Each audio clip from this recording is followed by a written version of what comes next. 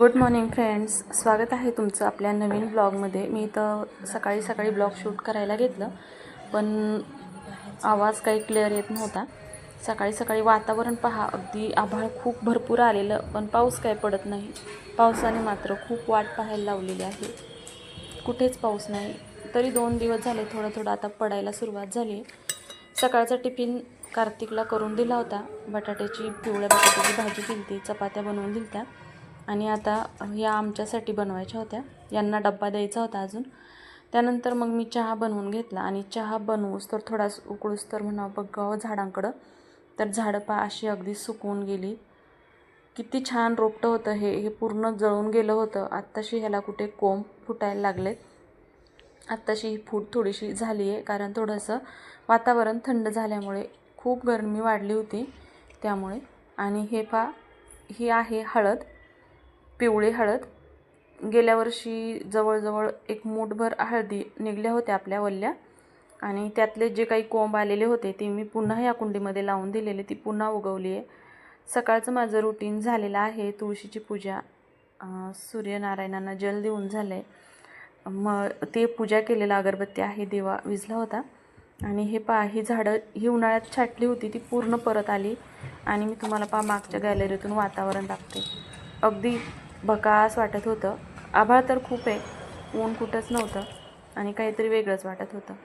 तर चला असू द्यात. सकाळी इकडं हास्यजत्रा लावलेली होती टी व्हीवर, आणि माझा हा मशीनवर असा पसारा पडलेला होता. त्यानंतर मग चहा वगैरे घेतला आणि मग आले चपाती करायला. तर म्हटलं तुमच्यासोबत शेअर करावं. तर मग अशा पद्धतीने मी अगोदर चपातीचे पूर्ण उंडे बनवून ठेवते आणि मग चपाती लाटायला घेते. यामुळे काय होतं की कमी वेळामध्ये खूप फास्ट काम होतं. आता मी घडीचीच बनवते पोळी. काही जण गोल उंडा बनवून बनवतात किंवा काही फुलके बनवतात, पण मी जी बनवते ती घडीचीच पोळी असते. आणि त्यासाठी थोडीशी लाटून घ्यायची, त्यावरती थोडंसं तेल लावायचं, पीठ लावायचं आणि पुन्हा वरच्या बाजूला तेल आणि पीठ लावून या पद्धतीने घडी करून घ्यायची आणि मग ही चपाती लाटून घ्यायची. याने चपातीला लेअर छान येतात आणि कडक होत नाही, दिवसभर मऊ राहते. तर अशा पद्धतीने मी चपात्या बनवून घेत होते.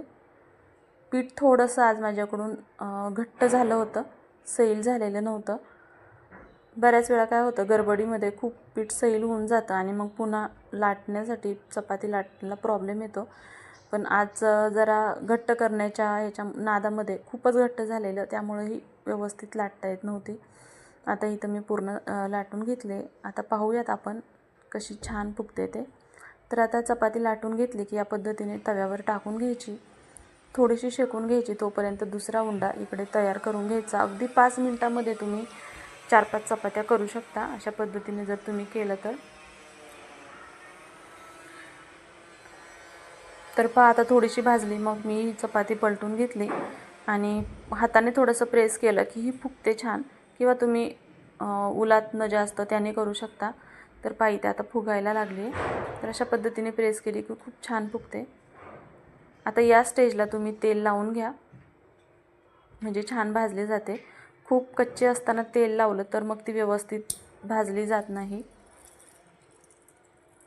आता मी तेलाचा वापर खूप कमी करते चपातीसाठी किंवा भाजीसाठी, कारण कमी तेल खावं म्हणतात म्हणून. आणि थोडं तेल लावतेच, न लावूनही जमत नाही. मग कुणी चपाती खाणारच नाही न तेल लावता. तर या पद्धतीने छानशी चपाती भाजून घेतली. तर पहा किती सुंदर झालेली आहे. अशा पद्धतीने तुम्हीही करू शकता. पीठ एक 10-15 मिनटं भिजवून ठेवायचं. आता दिवसभराचं रुटीन मला शेअर करायला जमलं नाही. नमस्कार मैत्रिणींनो, गुड इव्हिनिंग. कशा आहात सगळ्याजणी? बरेच दिवस झाले तुमच्यासोबत आपलं रुटीनचं ब्लॉग शेअर केलेला नाही. आणि आता मी बनवत आहे स्वयंपाक, भाकरी बनवत आहे. एकीकडे भाजी निवडायला घेतली, कारण मला हा स्वयंपाक कंप्लीट करून ब्लाऊजचं काम करायचं आहे. सध्या ब्लाऊजचं खूप लोड आहे त्यामुळे. तर ती लाईट पण लावलेली नाही. संध्याकाळचे बसलेत 6 झाले. एक ब्लाऊज कंप्लीट केला आहे कप्सवाला. अजून हुक लावायचे त्याला. इथं सेप पहा या पद्धतीने आहे ब्लाऊजचा.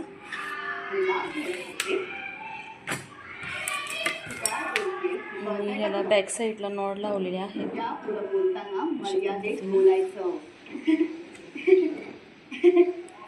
आणि कप्स आहेत मी लावलेले. तर चला आता स्वयंपाक करून मग आता हे ब्लाऊजचं कटिंग करून ठेवलं आहे. एकाच ब्लाऊजमध्ये 2 नाईलेकींचे. हा 32 साईज आहे आणि हा 36 साईज आहे. कसं तरी ॲडजस्ट करून बसवला. चला आता तर पहा, तुम्हाला तिकडं दाखवपर्यंत भाकरी झाली आहे थोडीशी. ठीक आहे, भाकरी भाजून घेते. इकडे शेंगदाणे भाजून ठेवले आणि भाजी निवडत होते. म्हटलं भाकरी भाजूपर्यंत जेवढी होईल तेवढी निवडावी. तर ही भाकरी मी तव्यात टाकून ठेवलेली, हिला मी वरती ठेवते.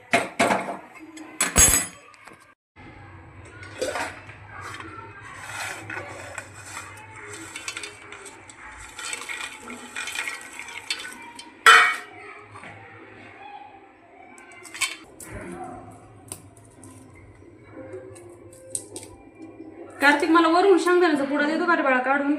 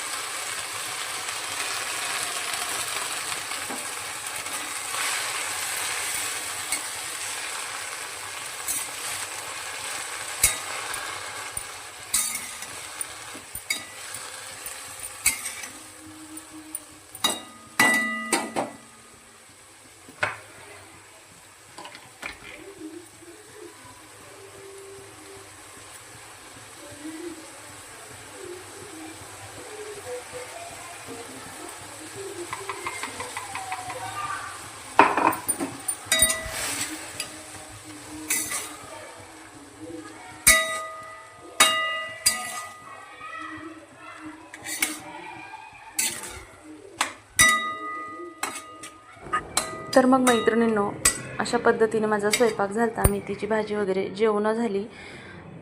त्यानंतर मग मी शूट केलं नाही. म्हटलं तुमच्याशी थोडं ब्लाऊजविषयी बोलावं.